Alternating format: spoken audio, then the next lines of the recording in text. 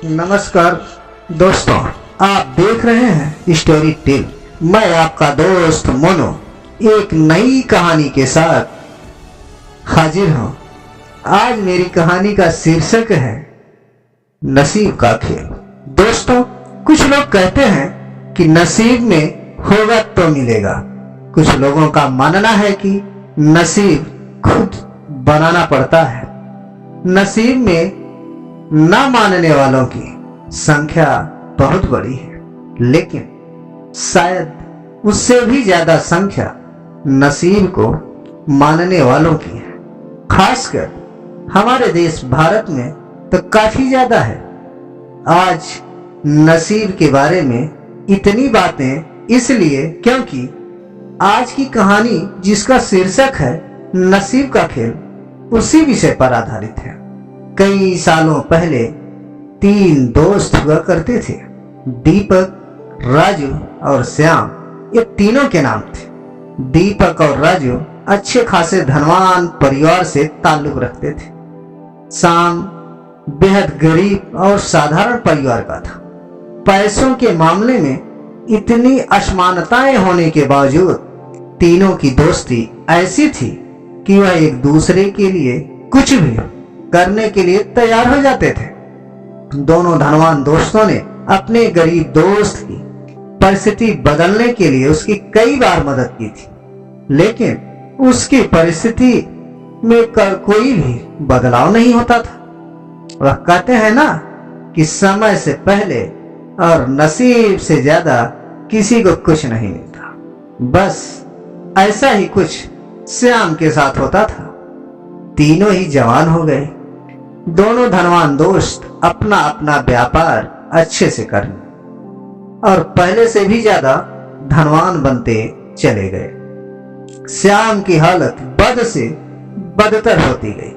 अपने दोस्त की बिगड़ती हुई हालत देखकर दीपक और राजू ने उसके लिए कुछ करने का फैसला किया। दोनों ने 100 सोने के सिक्के एक थैली में रखे और श्याम को देते हुए कहा, तुम इनसे कोई व्यापार शुरू करो और पैसा कमाओ और अपनी गरीबी दूर करो। श्याम ने उन 200 सिक्कों में से 5 सिक्के घर खर्च के लिए निकाले और बाकी के 195 सिक्के अपनी पगड़ी में बांधकर शहर की तरफ जाने लगा, ताकि वहां जाकर व्यापार के लिए कुछ जरूरी चीजें ला सके। और गांव से कुछ दूर ही पहुंचा था कि आसमान से एक चील उड़ती हुई आई और उसकी पगड़ी उड़ाकर ले गई। श्याम ने उसका काफी पीछा किया, लेकिन चील इतनी ऊंची और तेज उड़ी कि उसको आखिरकार हार मानकर अपने घर लौटना पड़ा। कुछ दिन बीतने के बाद जब दीपक और राजू श्याम की हालात का जायजा लेने के लिए उसके घर गए, उन्हें श्याम की हालत में रत्ती भर का भी फर्क नजर नहीं आया। पूछने पर श्याम ने सारी हकीकत दोनों को बता दी। राजू को उसकी बातों पर भरोसा नहीं हुआ, लेकिन दीपक ने उसका विश्वास कर लिया। दीपक ने फिर उसे 200 सोने के सिक्के दिए और बोला, फिर से कोशिश करो। दीपक और राजू के जाने के बाद श्याम ने सोचा कि अभी काफी रात हो गई है, इसलिए सिक्कों को कहीं छुपा देता हूं ताकि कोई चोर उन्हें चुरा ना सके। कल शहर जाकर कोई धंधा शुरू करूंगा। उसने उन सिक्कों को अपने घर में रखी भूसे की एक टोकरी में छुपा दिया। शाम सुबह नींद से जागा और सीधा उस भूसे की टोकरी की तरफ गया जहां उसने सिक्के छुपाए थे। उसने घर में काफी ढूंढा, लेकिन उसे वह भूसे की टोकरी कहीं नहीं दिखाई दी। उसने अपनी माँ से पूछा तो माँ ने बताया कि उसे सब्जी खरीदनी थी और घर में पैसे नहीं थे, इसलिए उसने उस भूसे की टोकरी के बदले सब्जी खरीद ली। श्याम आखिर करता भी क्या, तो अपनी किस्मत को कोसता रह गया। फिर से कुछ दिनों बाद दीपक और राजू श्याम को मिलने आए, तब भी उन्हें उसकी परिस्थिति बदली हुई नजर नहीं आई, बल्कि इस बार तो उसकी हालत और ज्यादा खराब हो गई थी। उसके कपड़े फट चुके थे और घर में कपड़े सीने के लिए सुई तक नहीं थी। दीपक और राजू के पूछने से पहले ही श्याम ने अपने साथ घटित हुई घटना के बारे में सब कुछ सच सच दोनों को बता दिया। वह बोला कि तुम लोग मेरी मदद करना छोड़ दो। अब तो मुझे भी लगता है कि मेरी किस्मत में धनवान बनना लिखा ही नहीं। मेरी वजह से तुम्हारा भी काफी नुकसान होता रहता है।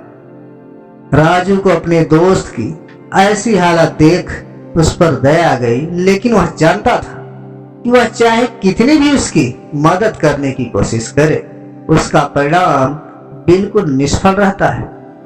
इसलिए वह तुरंत बाजार जाकर एक सुई खरीद कर लाया और उसने श्याम को वह सुई दे दी। राजू और दीपक के जाने के बाद श्याम ने अपनी माँ से कहकर अपने फटे कपड़े सिलवा लिए। उसी रोज उनके पड़ोस में रह रहे मछुआरे की बीवी उनके घर आई और सुई मांगने लगी। वह बोली, मेरे पति को मछलियां पकड़ने जाना है, लेकिन हमारा मछली पकड़ने का जाल कई जगह से फट चुका है। अगर उसके पास सुई है तो मेरी मदद कर दीजिए। इसके बदले मैं आपको एक अच्छी सी मछली देकर जाऊंगी। श्याम की माँ ने उस महिला को सुई दे दी। अगले दिन वह महिला एक बड़ी सी मछली के साथ उनके घर आई और उन्हें धन्यवाद देते हुए सुई और मछली उनको देकर चली गई।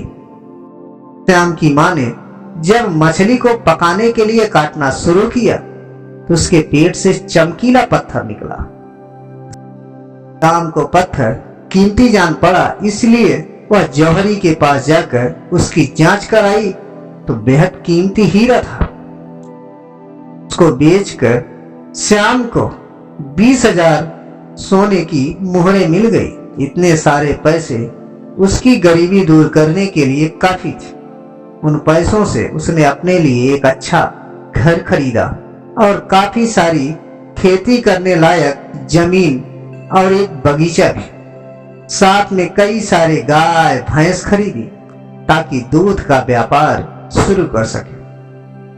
हमेशा की तरह कुछ दिनों बाद जब उसके दोनों दोस्त राजू और दीपक उसे मिलने आए, उसकी बदली हुई परिस्थिति देखकर दोनों दंग रहे। इस बार दीपक को श्याम की बातों पर भरोसा नहीं हो रहा। उसे लग रहा था कि जरूर उसी के दिए पैसों से श्याम ने तरक्की की है, लेकिन वह बताना नहीं चाहता। लेकिन राजू को उस पर विश्वास हो गया था कि जरूर उसी सुई की वजह से उसकी किस्मत बदली है।